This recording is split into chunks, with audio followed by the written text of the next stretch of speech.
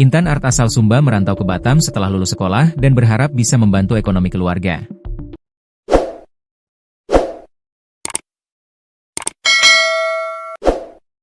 Namun yang ia temukan justru neraka. Sejak mulai bekerja pada Juni 2024, ia tidak digaji sepeser pun.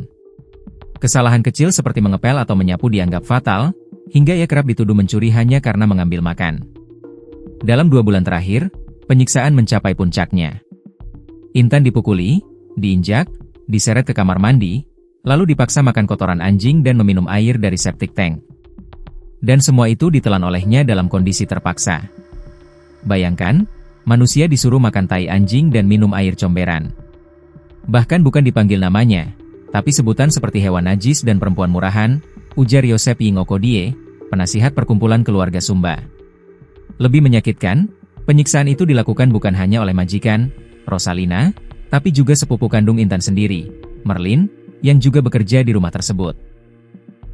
Namun Yosep yakin Merlin ikut menyiksa karena diancam akan dipukul jika tak menuruti perintah sang majikan. Saat Intan mencoba mengadukan nasibnya lewat handphone Art tetangga, pengaduannya justru tak dianggap serius.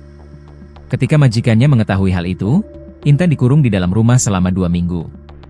Hingga pada Minggu, 22 Juni 2025, teriakan minta tolongnya terdengar tetangga yang kemudian melapor ke RT. Saat rumah didatangi, Intan ditemukan dalam kondisi babak belur dan trauma berat. Kasat Reskrim Polresta Barelang AKP Debbie Tri Andrestian membenarkan bahwa 2 orang telah ditetapkan sebagai tersangka, yakni Rosalina sebagai pelaku utama, dan Merlin sebagai pelaku sekunder karena turut memukul atas perintah. Barang bukti seperti raket listrik, serokan sampah, ember, hingga kursi lipat disita. Semua menjadi saksi bisu penyiksaan yang berlangsung sistematis. Pemukulan terjadi berkali-kali. Jika bangun telat atau salah potong daging, gajinya dipotong, padahal tak digaji sama sekali. Semua dicatat rapi di buku majikan, jelas Debbie. Kini, Intan dirawat intensif di rumah sakit.